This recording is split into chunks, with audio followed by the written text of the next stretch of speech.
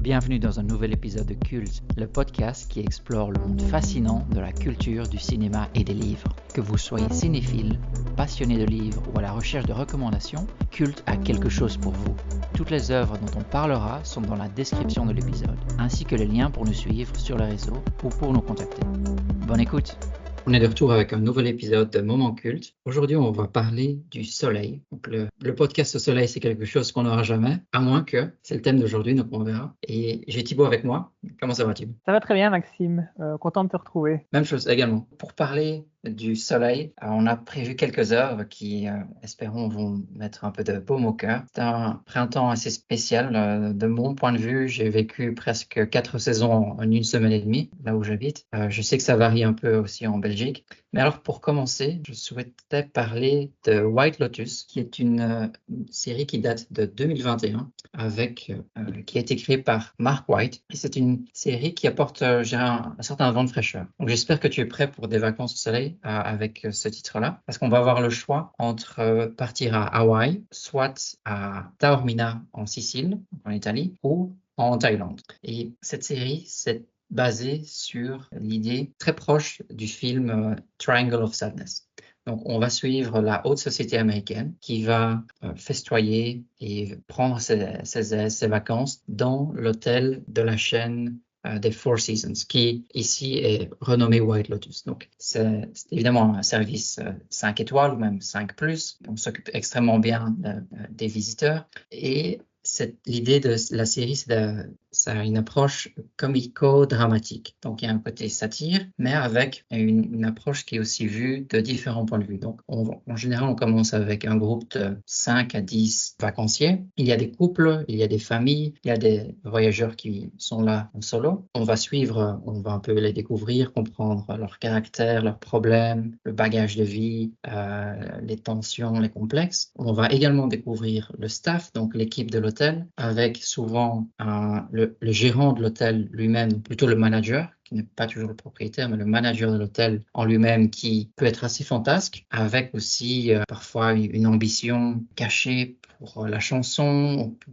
pour la danse, et qu'il se doit de réfréner. Un staff qui est un peu dysfonctionnel. Donc, c'est un groupe qui est très névrosé, qui peut être assez capricieux, très demandant. Et le tout, donc, est rassemblé sur l'équivalent de 1-2 semaines de vacances. Donc, chaque épisode, c'est plus ou moins une journée de ces vacances-là, avec un groupe qui petit à petit va se désagréger. Donc, tout se passe bien le premier jour, tout le monde est tout sourire, et puis ces dysfonctionnements vont apparaître petit à petit. Il y a beaucoup de frustration, des interactions qui mènent à ces frustrations. Et ce que j'apprécie, la force de cette série, c'est de parvenir à nous présenter donc 8 à 10 personnages qui sont presque tous des premiers rôles, donc il n'y a pas vraiment de rôle secondaire. On suit ces histoires de manière en parallèle, avec chacun plus ou moins le même temps à l'écran, et on parvient à créer une sorte de climax, donc avec le 10e épisode, qui est un épisode où un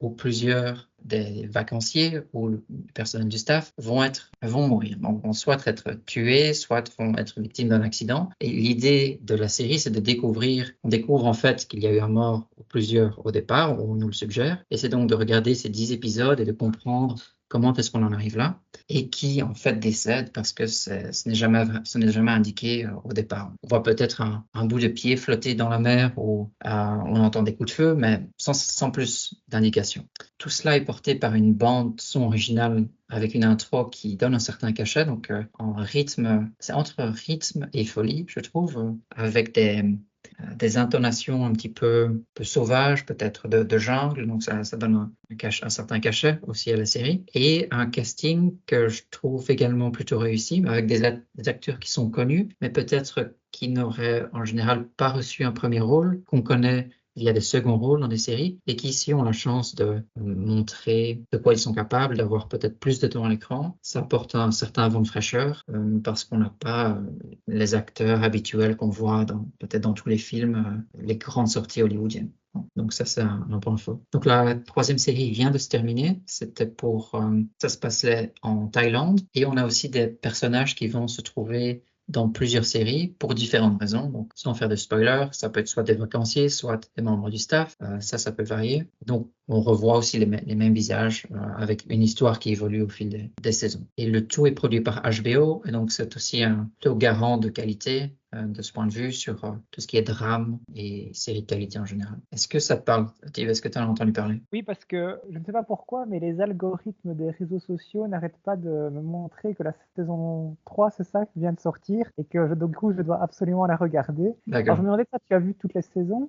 Oui, à leur sortie à chaque fois. Et comment est-ce que ça évolue? Est-ce que c'est tout aussi bien qu'au début ou pas? De mon point de vue, je dirais que c'est assez constant en qualité. Je sais que j'ai lu pas mal de commentaires qui trouvaient que la saison 3 était peut-être un peu plus faible ou qui en voulaient aux créateurs pour la fin de la saison 3. Là. Mais ça, c'est peut-être une préférence personnelle par rapport aux personnages qui pourraient décéder ou rencontrer certains problèmes au cours de la série. Il y avait aussi une certaine critique au point de vue de l'intro, la musique d'intro qui a été un petit peu ajustée pour la 3e saison. Donc, elle est changée à chaque saison, mais elle garde un certain style qui lui est propre. Pour la 3e saison, il y a des éléments qui avaient disparu et apparemment, ça a rendu un peu fou quelques spectateurs ou quelques fans. Moi je l'apprécie parce qu'on est vraiment plongé dans de superbes hôtels, superbes endroits avec des histoires qui sont plutôt prenantes et j'apprécie le changement de point de vue, de pouvoir comprendre ces interactions, peut-être même d'essayer c'est un petit peu l'équivalent de lire un Agatha Christie, essayer de deviner qui va mourir à la fin ou qui tuera qui à la fin. Moi, c'est vraiment un très bon moment de télévision, de mon point de vue. Ok, Donc, bien noté. je peux le recommander. Et d'ailleurs, c'était un pari un peu risqué pour la chaîne des 4 saisons, Four Seasons, parce qu'ils ont d'abord donné leur accord pour que ce soit filmé à Hawaï, la toute première saison, sans vraiment savoir de quoi il s'agissait. Mais ils ne connaissaient pas vraiment le fin mot de l'histoire. Ils ne savaient pas que c'était pour, par exemple, montrer un staff qui était très dysfonctionnel, on a le manager qui est notamment un peu drogué ou qui prend de la coke dans l'arrière-boutique, en gros, qui a certaines obsessions, et un staff qui aussi qui empathie à cause de ça. Donc, ça pourrait donner une mauvaise image, surtout qu'il y a un meurtre au final aussi. Donc, est-ce qu'on a envie vraiment d'aller dans un hôtel qui a été mal représenté? Mais c'est aussi une chance de bien montrer le genre de domaine qui existe, domaine 5 étoiles, et ça attire évidemment. Mhm. Au final, c'est un pari réussi apparemment. Et puis, pour encore parler de soleil, on reste là dans les îles grecques. Et peut-être un dernier mot sur White Lotus. Il est possible que la prochaine saison se passe plutôt en Europe. Donc, je pense que la Grèce serait idéal parce qu'ils ont aussi de quoi accueillir une telle production. Ils ont les paysages, les hôtels. Donc, ça pourrait être... si je devais parier, je penserais sûrement à la Grèce si ça devait se faire en Europe. Peut-être même Corfou. Je sais que tu parles d'île grecque, Corfou. Que Oui, voulais-tu parce qu'en fait, présenter? oui, tout à fait. J'ai deux choses à évoquer ici. Alors, tout d'abord, un film qui s'appelle Les Cyclades, qui est sorti, je pense, c'était début 2023, qui est un film de Marc Toucy. Alors, je sais pas si ça te dit quelque chose, mais Marc Toucy, c'est un des créateurs, et il a dirigé d'ailleurs plusieurs épisodes aussi, de la série 10%, qui avait assez bien marché en France, qui s'était fait bien remarquer. Et donc, ici, c'est donc un film de cinéma. Je sais pas, j'avoue, je n'ai pas regardé s'il avait fait beaucoup de films avant ça. Mais en tout cas, enfin, bon, moi, je ne le connaissais pas comme réalisateur de cinéma. Et alors, donc, ça raconte d'abord, on est fin des années 80, deux adolescentes, Magali et Blandine, qui sont absolument fans du film Le Grand Bleu de Luc Besson. Et elles écoutent comme ça la bande originale en boucle et elles rêvent un peu à cet endroit et d'aller se rendre un jour dans le lieu où a été tourné le film, qui est l'île d'Amorgos, qui se trouve dans les Cyclades. Alors bon, le temps passe, elles se sont perdues de vue, et ce n'est que plus de 30 ans plus tard qu'elles elles se retrouvent grâce au fils unique de Blandine. Parce que Blandine, en fait, à ce moment-là, vit un moment assez difficile de sa vie. Son mari l'a quittée, elle se sent seule. Donc voilà, pour se changer d'idée, elle voulait partir justement à Amorgos. Et plutôt que de partir avec son fils, celui-ci se joue un peu d'elle. Et finalement, c'est l'ancienne copine, Magali, qui va prendre la place du fils et elles se retrouvent à partir ensemble comme ça dans les Cyclades. Alors, est-ce que c'était une bonne idée?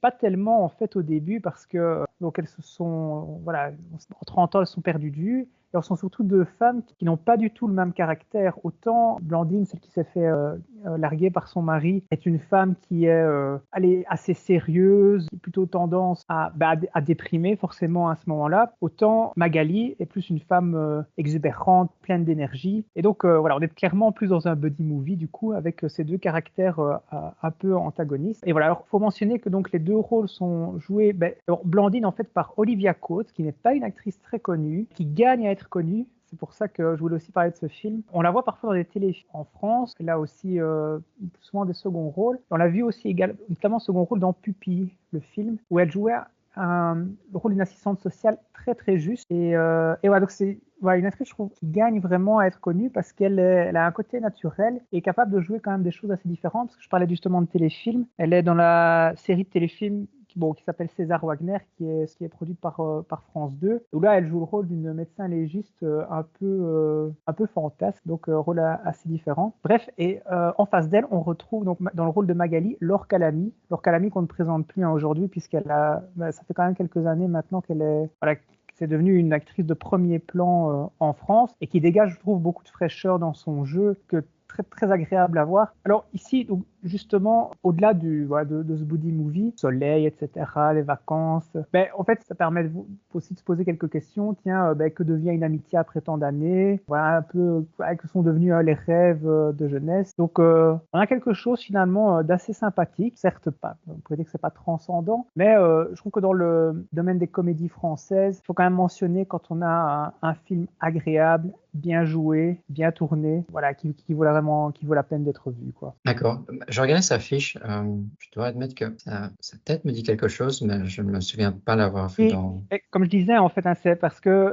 souvent c'est des seconds rôles, quoi. Donc c'est une tête qu'on a déjà vue sans mettre de nom dessus spécialement. Alors, je mentionne aussi, il y a Christine Scott Thomas qui joue le rôle d'une femme qui habite sur l'île justement, qui est un peu baba cool comme ça. Et je trouve que moi j'ai rarement vu Christine Scott Thomas dans ce genre de rôle, donc c'était assez sympa de la voir là-dedans aussi. D'accord, ok. Et comment est-ce que tu es tombé sur ce film? En fait, comme tu sais, je vais beaucoup au cinéma et donc ça fait partie des films qui avaient été pointés à sa sortie. Moi, je suis allé pour Laure Calamy et Olivia Coates, hein, enfin, très clairement. Et puis je m'étais dit, Marc Fitoussi, j'avais quand même beaucoup apprécié 10%. Donc a priori, on avait quelque chose qui pouvait me plaire, quoi. D'accord. Et maintenant, oui, je regarde, j'ai aussi recherché Laure Calamy, donc je vois de qui il s'agit. La super actrice dans 10%, qui vraiment tirait la série presque, je ne vais pas dire toute seule, mais qui est vraiment super aidée, qui aurait pu être cantonnée à un rôle secondaire et qui au final a vraiment tiré son épingle du jeu là-dessus. Oui, je pense qu'elle a obtenu une récompense, un César pour Antoinette dans les Cévennes, qui était un très, très chouette film à voir aussi, qui est basé sur un peu je sais plus si c'est une nouvelle ou un roman de Stevenson.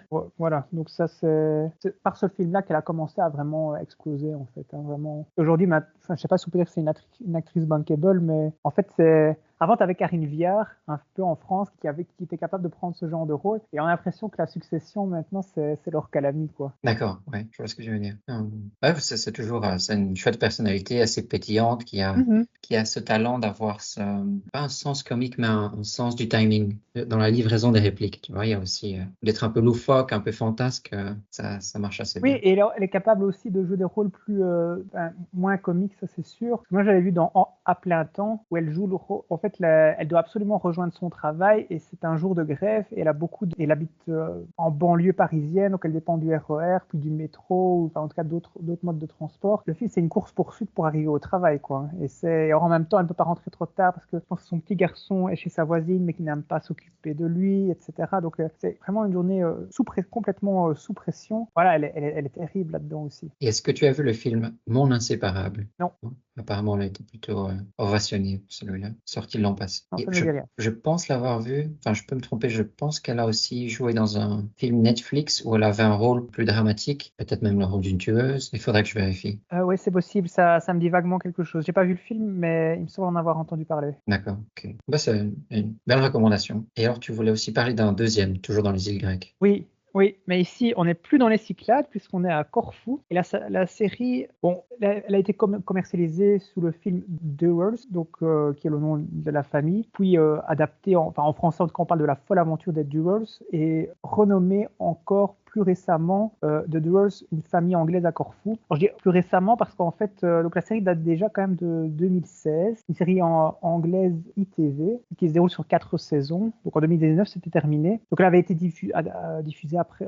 à peu près en même temps en France. Mais en fait, Arte l'a ressortie en 2024 et c'est le moment où moi je l'ai découverte. Et avec ce titre, Une famille anglaise à Corfou, et que j'en avais jamais entendu parler avant. Donc moi j'ai découverte à ce moment-là, donc l'an dernier. Alors ici en fait on est dans les années 30, tout d'abord dans le sud de l'Angleterre, donc cette famille qui vit assez pauvrement. Et alors, en fait, la femme est veuve et elle a 4 enfants, par que un fils d'abord qui se rêve écrivain, un autre qui adore les armes à feu, une fille qui est très superficielle et pas très intelligente, et enfin un dernier qui est encore jeune et qui n'aime pas trop l'école. Et alors, le fils aîné propose en fait à la famille de partir à Corfou pour justement prendre un nouveau départ. C'est la pluie de l'Angleterre pour le soleil. Et donc, ils lâchent tout. Hein, ils vendent et puis ils se retrouvent là-bas. Et ils ne connaissent pas le grec, bien sûr. Et alors, ils se retrouvent là un peu comme à devoir se débrouiller. Mais leur chance, c'est d'être accueillis par un conducteur de taxi qui s'appelle Spiros et qui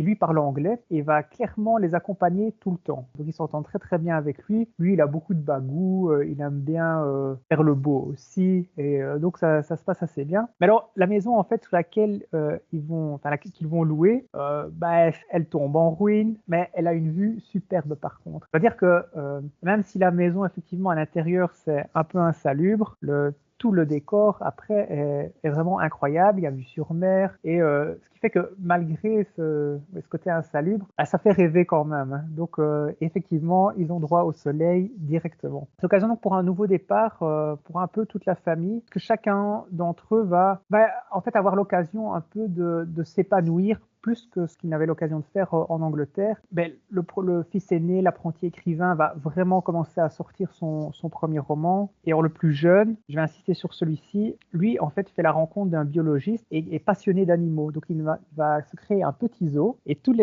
à chaque fois qu'il rencontrera des animaux, il va essayer d'en capturer et créer un peu son petit zoo comme ça et essayer de le présenter après. Et en même temps, il fait ça pour étudier un peu le comportement. Et grâce au biologiste qu'il rencontre sur place, qui est donc forcément grec, il va apprendre comme ça toute la vie de ces animaux, leur mode de vie, et devenir un vrai spécialiste finalement. Alors j'insiste sur ce petit garçon encore au départ, parce que en fait, toute la série est tirée d'un roman un roman qui est plutôt un récit autobiographique, qui a été justement écrit par ce fils cadet qui a donc vraiment existé, et donc toute l'histoire de cette famille, qui est certainement romancée, est basée donc sur leur vie réelle. Alors, il faut le dire tout de suite, on est plutôt dans un registre léger, de comédie, où même si la vie est parfois dure sur place, finalement, tout finit un peu par se résoudre. Et d'ailleurs, je mentionnais qu'on était dans les années 30 et ce n'est vraiment que dans la 4e saison, si je me souviens bien, que la guerre qui arrive, on sent la guerre qui arrive sur place. Sinon, c'est quelque chose qui est presque quasiment occulté tout le temps dans les saisons précédentes parce qu'on est plus sur, c'est centré sur les personnages, leurs caractères qui sont fort marqués, pas toujours très très subtils. Mais on va dire que c'est très agréable à regarder, ça fait le job. Voilà, je trouve que c'est quand même assez agréable. Ça fait justement, parce que le thème aujourd'hui c'est le soleil, on est content de voir cette série et de rêver un peu à ses vacances. Alors je mentionnerai juste que dans les acteurs, on retrouve dans le rôle de la mère Keely Hawes, qui est une actrice britannique qui joue dans beaucoup de séries en fait. Moi en tout cas je l'ai vue dans Mrs. Wilson, je l'ai vue dans Bodyguard, et alors aussi dans la fameuse série Upstairs, Downstairs en Angleterre, qui a été traduite sous le nom Maître et Valet, donc avait connu en fait une relance en 2010 et c'est elle qui tenait le rôle principal. Alors malheureusement pour cette série, en fait malheureusement pour elle était sortie à peu près en même temps que Downton Abbey et jouait un peu sur le même registre, donc n'a pas connu beaucoup. Je pense qu'il y a eu deux nouvelles saisons on va dire et puis ça a été terminé parce que ça jouait vraiment sur le même registre et elle est assez touchante parce que c'est elle qui doit mener toute la famille parce que forcément personne n'a de travail au début, donc on n'a pas beaucoup d'économies, donc il faut un peu trouver des solutions pour vivre et manger tout simplement parce que c'est pas toujours évident. On a aussi dans les personnages la bonne qui est donc une locale, une personne de Corfou, une grecque qui s'appelle Lougaretia, qui apporte vraiment une petite dose d'humour aussi à chaque fois sympathique. Voilà, donc ça s'appelle The Durrells, une famille anglaise à Corfou. D'accord. C'est tu me permets le jeu de mots, enfin le trait d'esprit, on pourrait dire que cette série qui ressemble à Downton Abbey s'est faite éclipser par Downton Abbey, justement. Exactement. Je reconnais en fait Kelly House. Je me souviens l'avoir vu dans Bodyguard. Ouais. Et par hasard, je vois aussi qu'il y a eu un acteur qui est aussi politicien, Ah, ben écoute, tu me l'apprends. Spiros Alikopoulos. C'est acteur et politicien. Ah, le Spiros. Spiros, Spiros, ouais, Spiros. D'accord. c'est le conducteur de taxi. Et tu dis que donc l'acteur qui interprète ce rôle-là est politicien. Il a été membre du Parlement européen pour la Grèce jusqu'en 2024, de 19 à 2024, Ah oui, pour le parti Syriza. Donc, oui, gauche radicale, quoi. ouais, Ah oui, avec. donc juste après avoir terminé de tourner, en fait, puisque la série c'est entre 2016 et 2019, enfin diffusée jusqu'en 2019, donc j'imagine que le tournage a dû se terminer en 2018, début 2019. Oui, avec Tsipras et Yiannopoulos, si je me souviens bien. Mais c'est intéressant, Corfou, c'est une superbe île. Je ne sais pas si tu as eu l'occasion d'y aller, je peux le Oui, conseiller. il y a très longtemps. D'accord. Le nord m'avait aussi fortement impressionné. Je ne m'attendais pas à ce que ce soit aussi vert. Je m'attendais à plutôt une sorte de caillou un peu au milieu de nulle part. Mais alors, pour continuer donc sur ce thème, donc j'ai encore une dernière œuvre qui est vraiment sur le soleil au sens littéral, au sens propre. Et là, je souhaiterais parler de Clara et le soleil, qui est une œuvre de Kazuo Ishiguro. C'est sorti en 2021. Il s'agit en fait du premier roman d'Ishiguro post-réception de son prix Nobel. Donc, ça a été délivré en 2017. Et là, je dirais qu'on peut qualifier cette œuvre de dystopie douce. Donc, je ne sais pas si ce thème a été, s'il y a un trademark dessus ou pas, mais Tu l'inventes en tout cas. je l'invente sur le moment. Donc, je l'ai préparé, donc ce n'est pas vraiment spontané, mais je l'ai inventé. On découvre donc assez rapidement dans ce roman Clara, c'est une AA, c'est-à-dire une amie artificielle, une sorte de robot humanoïde qui se tient dans une vitrine d'une rue commerçante et elle pose là, baignée dans la lumière du soleil. Elle attend patiemment qu'une famille vienne l'acheter. Elle profite en fait de cette attente qui n'en finit pas, ça j'en dirai un peu plus tard, pour observer les humains, la vie de tous les jours. Elle comprend petit à petit les interactions. Il faut bien s'imaginer qu'elle a été programmée, parvient à interagir avec les gens, elle a une certaine intelligence, mais elle doit aussi apprendre les relations de tous les jours, la manière dont les personnes interagissent, le petit train-train quotidien, la routine. Donc elle le voit, elle observe très attentivement. Et par la même occasion, on va apprendre qu'elle vénère le soleil, qui lui permet de fonctionner. On nous suggère plus ou moins que c'est une source d'énergie et que cela lui permet de recharger ses batteries, qu'elle en a besoin pour vivre. Elle se fera aussi des ennemis, notamment donc une machine qui passe sur la chaussée, qui, je pense, s'occupe de refaire le revêtement et qui a un autocollant Coatings Machine, devient son ennemi principal parce que cette machine génère une pollution qui couvre un petit peu le soleil et qui est un point négatif dans cet environnement. Donc cette attente interminable derrière la vitrine vient enfin à son comble quand Josie, une petite fille de 14 ans, l'a choisie comme amie artificielle. Et voilà donc que Clara quitte enfin cette vitrine. Sans trop exagérer, nous sommes aux alentours de la page 100-150. Donc on a passé pas mal de temps à se demander où le roman nous guidait. Il a fallu quand même un peu de temps pour en arriver jusque-là. Ça, c'est peut-être un premier point négatif. Et dans la deuxième partie, on va suivre, c'est un peu plus intéressant, on suit l'acclimatation de cette AA dans la nouvelle famille. Et il faut bien comprendre que tout est narré de son point de vue, donc ce qui donne une écriture qui est un peu saccadée, très autocentrée. Elle découvre les règles explicites et implicites des relations interpersonnelles et parfois même on la remet à sa place. Donc la mère de famille ou la gouvernante parviennent à le dire à certains moments que ce ne sont pas ses affaires ou qu'elle devrait changer de pièce ou tourner le dos et ne pas écouter ou ne pas intégrer ce genre de nouvelles informations. Elle fait donc tout son possible pour apprendre au mieux le caractère de Josie, de la petite fille, pour l'aider, pour la soutenir, devenir son amie, et même pour peut-être d'autres dessins un peu plus sombres que la mère de famille pourrait considérer. Parce qu'on va découvrir que Josie elle-même est une enfant, entre guillemets, spéciale, c'est nommé comme tel dans le livre, parce qu'elle a eu recours à une opération pour l'augmenter, c'est-à-dire une sorte d'ajustement qui devrait l'aider académiquement et dans sa carrière future. C'est une opération, on ne nous indique pas vraiment de quoi il s'agit, on ne sait pas vraiment comment ses capacités ont été augmentées, c'est censé l'aider, mais l'opération l'a malheureusement par la même occasion rendue faible et malade. Et donc, elle suit une éducation qui se fait surtout à domicile. La plupart des enfants ne sont pas scolarisés et donc pas forcément socialisés de la même manière que ce qu'on a aujourd'hui. Et c'est une raison pour laquelle cette AA est très prisée et prisée par toutes ces familles qui peuvent se permettre ce genre d'opération. Dans ce roman, on va voir un contraste intéressant entre Josie et son ami, un voisin qui s'appelle Rick, qui lui n'a pas été augmenté et se comporte assez différemment en groupe. Il est parfois discriminé, il est mal vu par les autres enfants, par les autres parents, mais il parvient quand même à lier une amitié assez forte avec Josie, qui pourrait se développer en amour, même si pour l'instant ça reste assez platonique. Donc, je dirais que j'ai trouvé le concept assez intéressant, donc être dans la peau d'un robot, explorer le monde et le comprendre petit à petit, il y a de l'idée, comprendre les liens interpersonnels également, la manière dont la société fonctionne, etc. Mais j'ai quand même été déçu par la lenteur du livre, avec un livre qui fait bien 450 pages, un début qui n'en finit pas, donc on est vraiment à 100-150 pages derrière la vitrine, sans grande réflexion. On a l'impression que l'auteur se répète beaucoup, mais des thèmes abordés qui restent intéressants. Donc, l'idée d'un ami artificiel, la place des robots, des humanoïdes. Il y a un côté eugénisme aussi, ou augmentation, on connaît notamment les technologies genre CRISPR, dont on parle un petit peu, les problèmes éthiques, et au final aussi la discrimination face à la technologie, avec, pour terminer, un récit et l'atterrissage du récit, si on peut dire, qui est peut-être un peu plat et un peu lisse. Donc, ça reste bien écrit avec une prose intéressante, mais le point de vue du robot donne un côté un peu froid à l'histoire. Donc, ça, c'est pour Clara et le soleil de Ishiguro. Juste un livre assez récent, finalement, c'est un des derniers qu'il a sorti. Je crois bien, je crois que c'est même Ouais.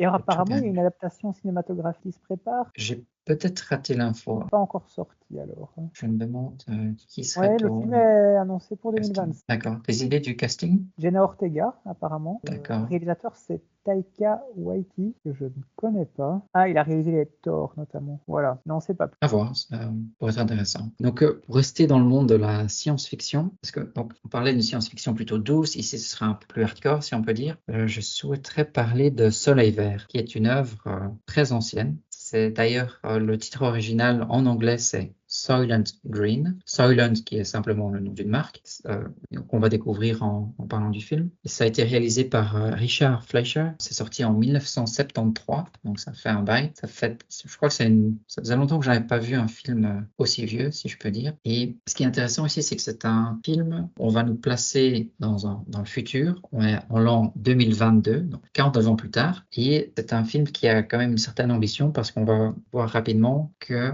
les effets cumulés de la surpopulation, du réchauffement climatique, de la pollution en général, ont mené à un écocide. Donc, il est devenu très compliqué de vivre dans cet environnement. Pour donner un peu plus de détails sur le contexte et l'ambiance générale, on a pas mal de restrictions au niveau de la nourriture. Donc, la nourriture est limitée. Il y a beaucoup de publicité pour le Soylent, avec plusieurs coloris. Le Soylent, c'est en fait en soi une sorte de carré affiné, un peu comme une tranche de cheddar qu'on peut acheter et placer dans son hamburger. C'est devenu la nourriture principale pour l'entièreté de la population. Les ressources en eau sont aussi très limitées. Il faut faire la file dans la rue. Il y a une crise énergétique. Il y a très peu d'accès à l'eau chaude, par exemple. Donc, on est dans une température qui est suffocante, au-delà des 35 degrés, avec, étant donné la crise énergétique, pas de système de climatisation. Et dernière partie, tout est basé à New York. On sait que New York est déjà assez bien rempli. Il y a plus ou moins 10 millions d'habitants. Ici, on nous présente l'histoire avec New York qui contiendrait 40 millions d'habitants. Donc, on a des gens qui dorment dans la rue, dans les cages d'escalier des immeubles, dans les églises. Donc, tout est plein à craquer. Il y a une certaine tension, évidemment. Il ne reste plus d'arbres. On nous montrera à un moment une scène avec une bulle gonflable qui recouvre un ou deux arbres, une sorte de sanctuaire. Et alors, dans cet enfer, on va suivre deux hommes, un policier incorruptible et un professeur d'université qui est à la retraite. Ils vivent ensemble dans un tout petit réduit et ils vont investiguer plusieurs meurtres très suspects, dont un meurtre qui semble tourner autour de l'entreprise omniprésente Soylent, qui fournit New York et on imagine aussi l'humanité en ce produit qui est le Soylent Green.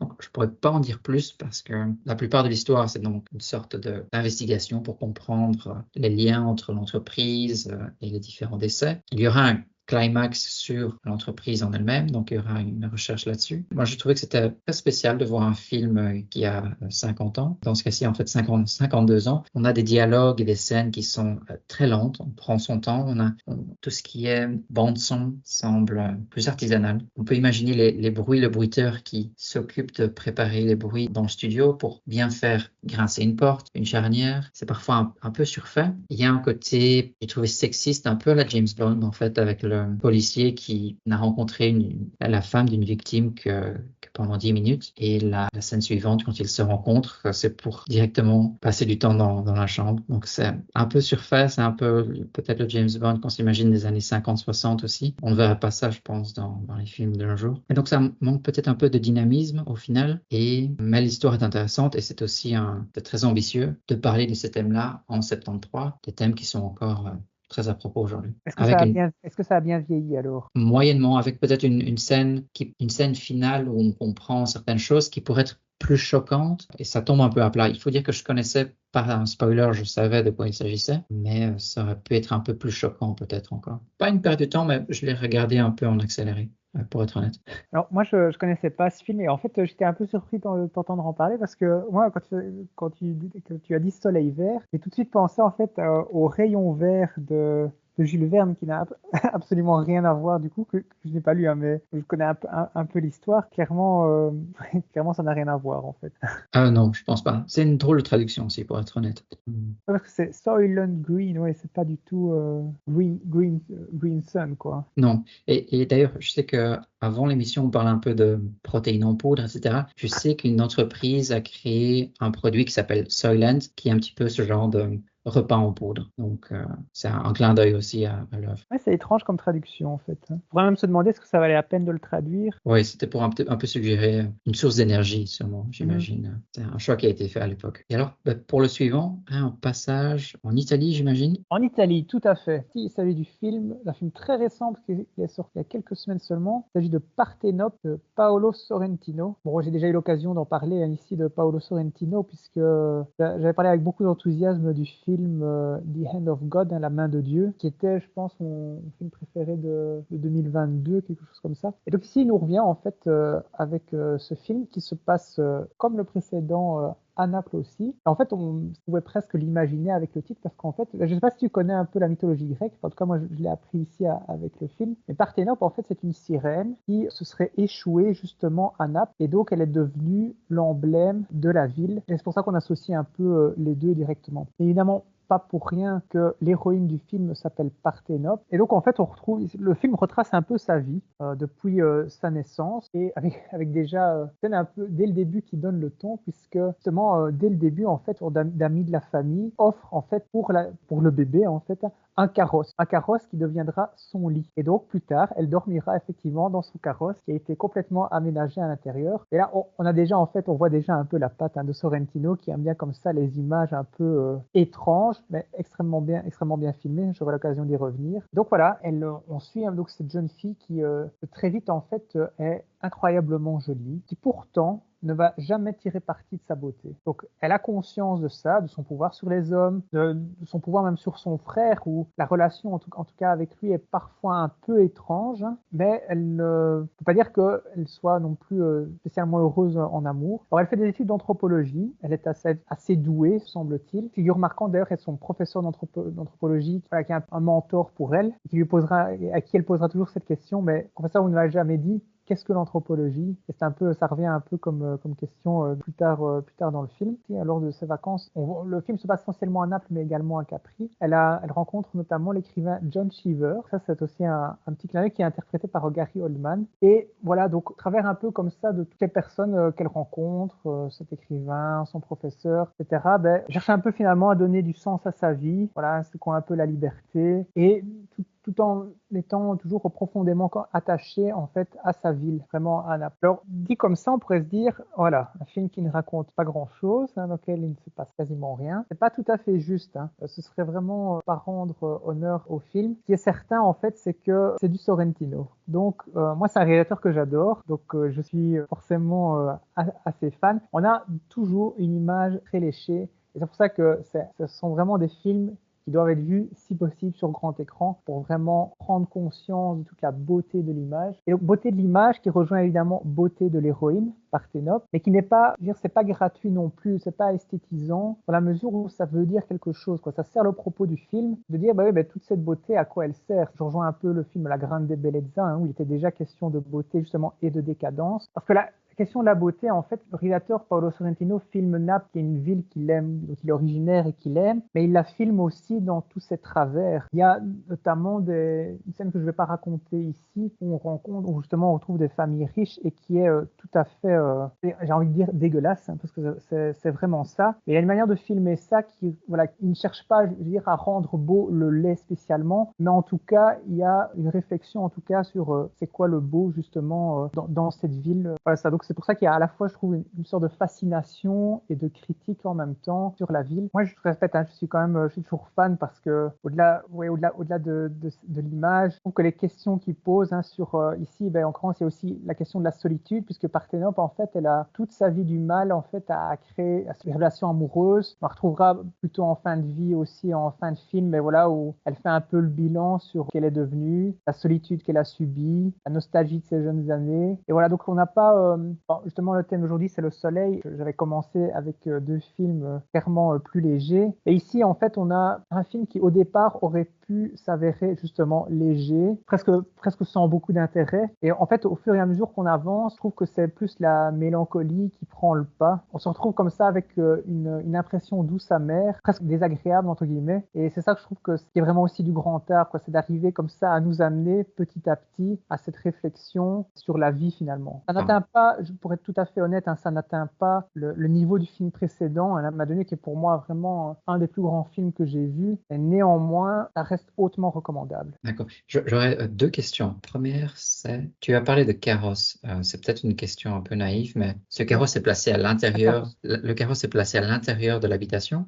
Oui, tout à fait. D'accord, d'accord. Ça règle pas mal le problème au niveau de la température, etc. Je me posais des questions déjà là-dessus. Très pratique, ouais. Ouais. Et puis, ben, j'ai regardé sur Wikipédia rapidement. Apparemment, elle aurait joué dans Hand of God, mais la scène aurait été éditée. Prouvée, mais elle était déjà présente dans l'œuvre précédente. Ça ne me dit rien, parce qu'ici, elle est forcément déjà assez jeune et l'actrice est assez envoûtante aussi, hein, il faut bien le dire. Je ne la connaissais pas du tout avant. Et moi, ici, comme tu disais, elle est assez jeune, donc si on reprend La Main de Dieu, ben, c'est déjà 3 ou 4 ans avant. Donc, voilà, elle n'avait peut-être pas exactement le même air, parce qu'elle faisait beaucoup plus jeune aussi à ce moment-là, donc voilà, ça ne me disait rien. D'accord. Et alors peut-être une dernière réflexion, avec l'amour qu'a Sorrentino pour Naples. Je pense qu'il y a un moment, au niveau de la ville, il faudrait lui construire une statue peut-être, parce qu'on l'a fait pour d'autres, peut-être dans le sport. Il faudrait un moment peut-être là aussi le remercier pour ce qu'il a apporté. Oui, après, oui, mais je ne sais pas si tout est apprécié parce que, comme je disais, il filme aussi tous les travers de la ville, hein. Ouais. Il y a voilà, il n'y a pas que le beau, hein.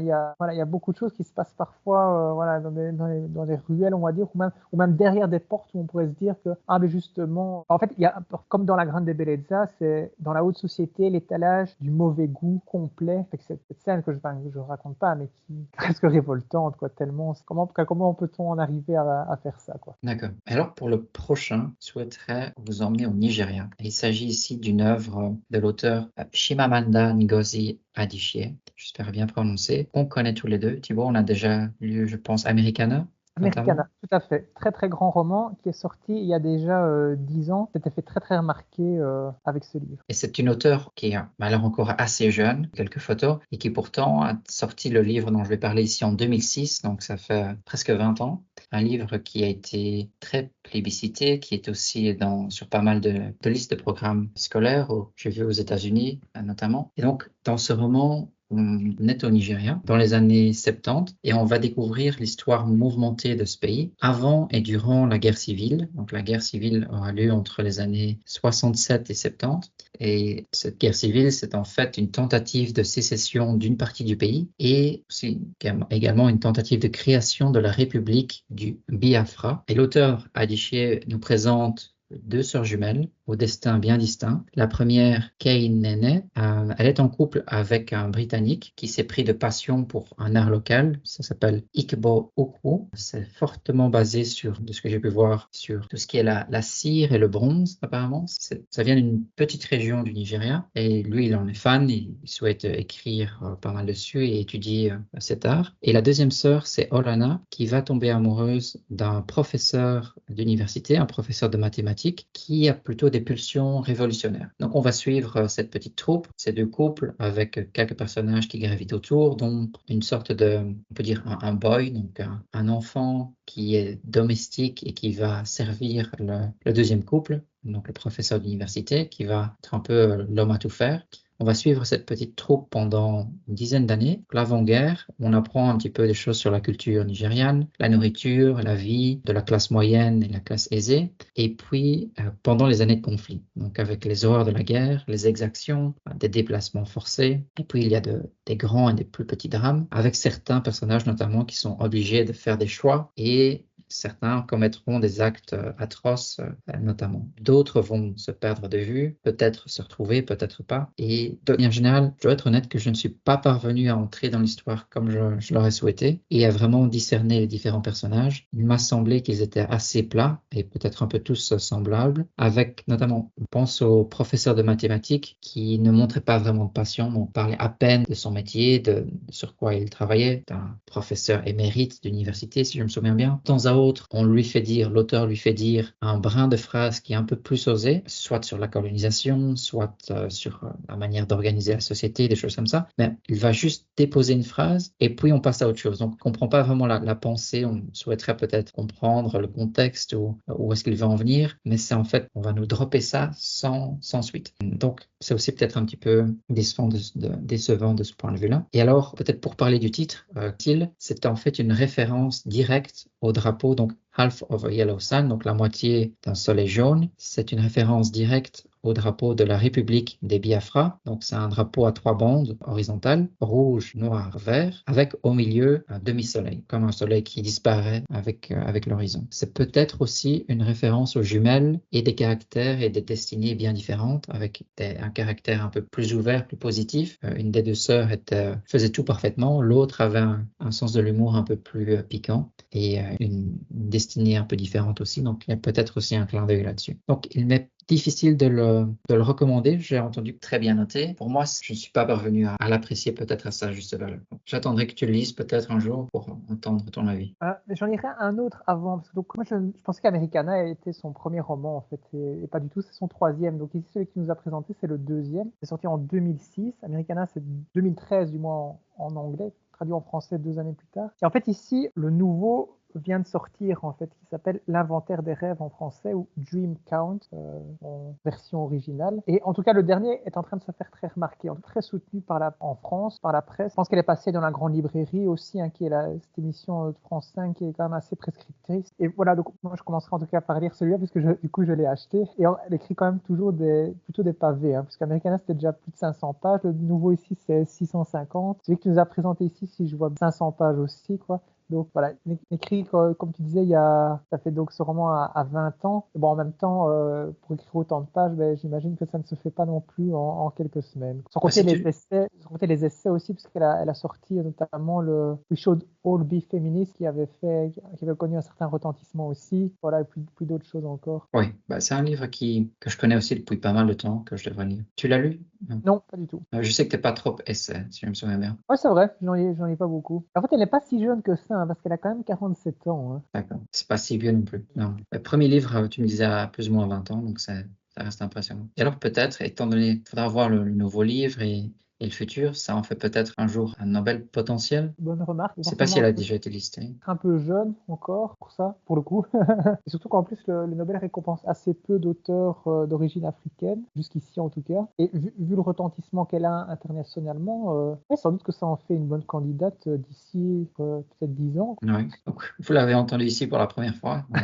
Il faudra voir si il y a moyen de parier quelque part aussi. Je sais que ça se fait, même pour les Nobel. Ou alors, justement, c'est nous qui attirons l'attention et c'est nous qui sommes prescripteurs sur le coup, hein. Oui, C'est nous qui suggérons au comité Nobel. oui, on a eu des retours récemment, donc on va voir après cet épisode. Et alors, pour un peu changer de style, ici, on se baladerait sur un trottoir au soleil. Oui, tout à fait. C'est un recueil de textes de Philippe Delerme qui est sorti en 2011. Alors, Philippe Delerme, je ne sais plus si j'ai déjà eu l'occasion d'en parler ici, mais c'est vraiment, donc il écrit il est romancier, mais pas uniquement, il est aussi vraiment le spécialiste de ces recueils de petits textes, qui est vraiment qui a accédé à une très très grande notoriété en 1997 avec La première gorgée de bière et autres plaisirs minuscules. Je pense qu'il en a vendu plus d'1 million d'exemplaires à l'époque, donc c'est vraiment immense succès. Et alors, pour Philippe Delerme, c'est aussi, pour l'anecdote, le père de Vincent Delerme, auteur, compositeur, interprète.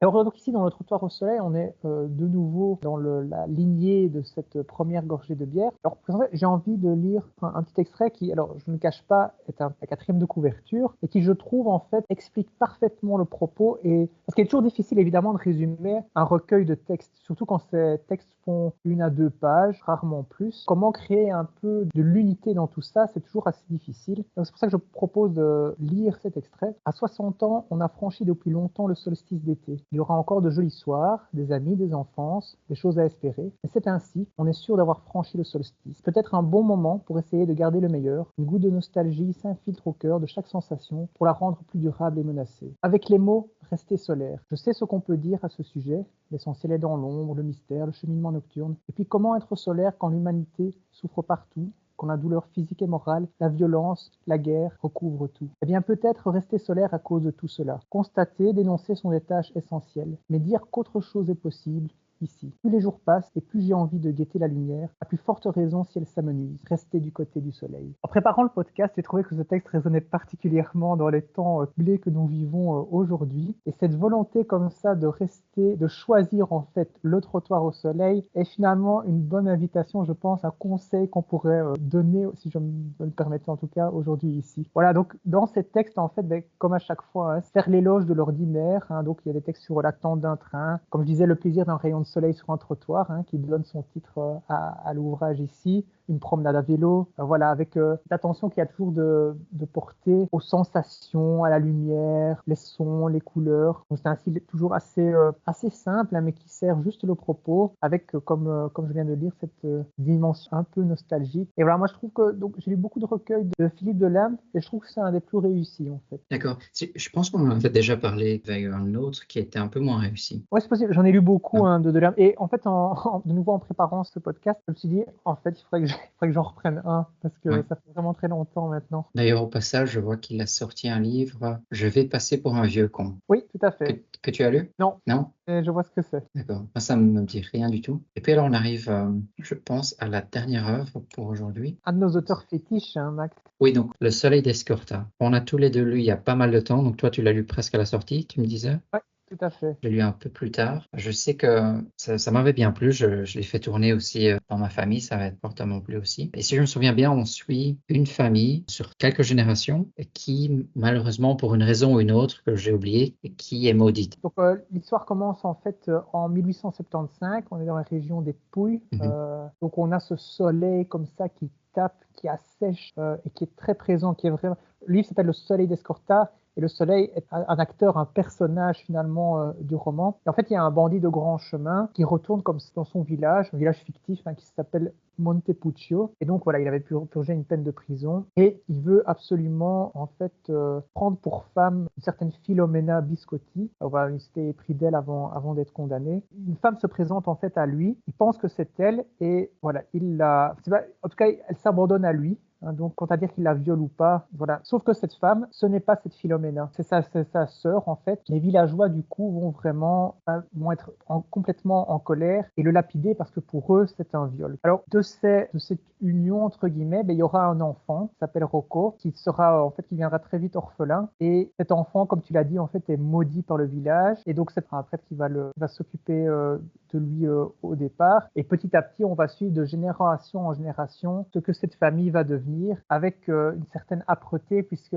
rien ne va spécialement bien se passer tout au long de la vie. Alors moi, effectivement, j'ai lu ce roman à sa sortie, donc c'était en 2004, donc il y a 20 ans déjà, et pourtant il m'en reste quelque chose. Donc je dois être tout à fait honnête, C'est-à-dire que j'ai dû me replonger un peu dans certains résumés pour un peu raconter comme ça le début. Mais il me reste en moi, depuis lors, cette atmosphère, en tout cas, ce soleil pesant et cette lourdeur qui était très très présente dans le roman, extrêmement bien écrite. Et c'est par ce roman que j'ai découvert Laurent Godet, qui était déjà connu un peu avant, parce qu'il avait sorti La mort du roi de Songor, qui avait obtenu je pense que c'était le Goncourt des lycéens. Et donc ici, avec Le Soleil d'Escorta, il a obtenu le Goncourt. Alors on va dire, oui, ok, 22 écrivains qui obtiennent le Goncourt, il y en a un par an. Mais il y avait quelque chose de très particulier quand même en 2004, parce que c'était la première fois que Actes Sud obtenait cette récompense suprême. Et alors qu'à l'époque, on en était quand même encore avec ces jeux d'éditeurs. Donc c'était souvent Gallimard, Grasset, Le Seuil qui obtenaient le Goncourt, avec le plus souvent, je pense, quand même Gallimard. Et donc, on essayait un peu d'équilibrer d'année en année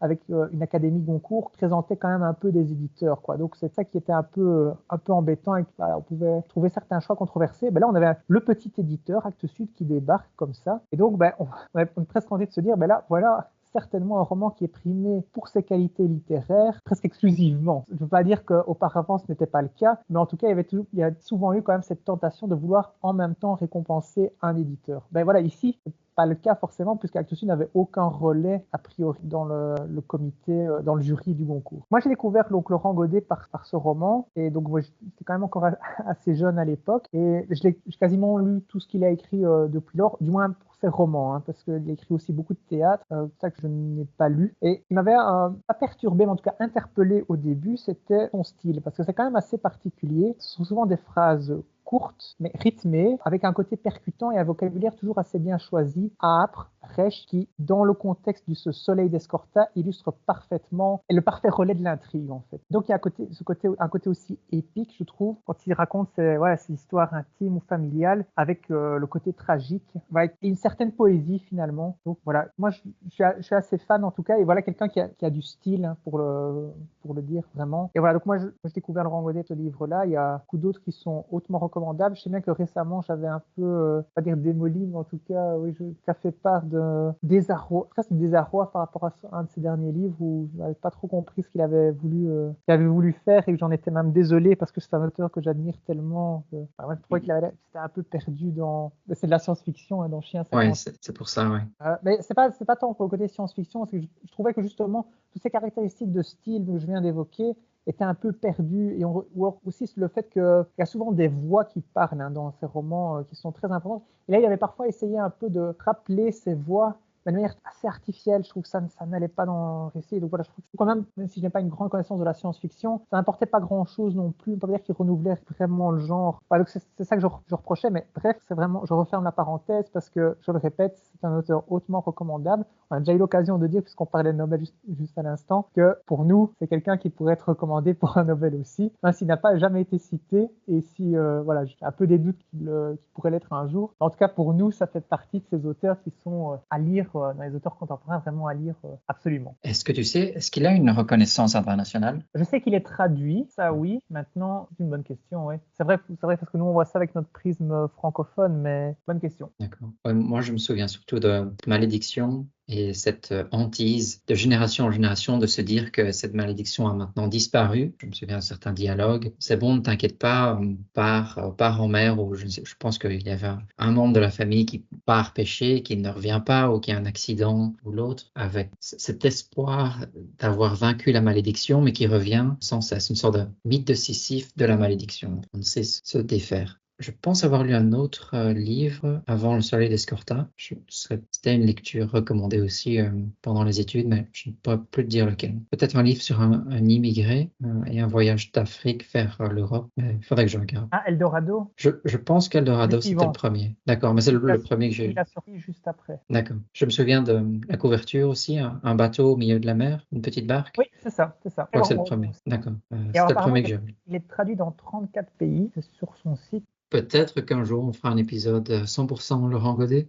Peut-être juste mention, on ne les a pas préparés en fait pour le podcast, mais d'autres œuvres, si on veut encore prolonger le plaisir, s'épancher sur le thème du soleil. J'avais aussi planifié de voir notamment Mélancolia de Lars von Trier, la Terre qui serait rentrée en collision avec une autre planète, qui mènerait à une sorte d'éclipse, qui pourrait être un thème intéressant. Alors, au niveau polonais, il y a l'auteur Stanisław Lem, qui est très connu. en science-fiction avec notamment Solaris et 1000 soleils splendides de Khaled Hosseini. Ça, c'est très connu. C'est très connu. Je ne l'ai pas lu, je l'ai, mais je n'ai pas eu l'occasion de lire. Et puis un autre que j'ai commencé à lire, mais que je n'ai pas terminé, c'est d'Agatha Christie, c'est Evil Under the Sun, qui est en fait mal traduit en anglais. On parle de meurtre sous le soleil, mais il y a plusieurs meurtres sous le soleil. Donc il y a une collection avec meurtre sur le Nil qui est sous cette appellation-là aussi. C'est un peu confus. Ça, c'est une histoire qui devait se passer normalement sur les côtes albanaises, si je ne me trompe pas. Il y a encore d'autres choses forcément, mais il y a de quoi faire aussi au soleil. Eh bien, alors je pense que c'est la fin pour cet épisode.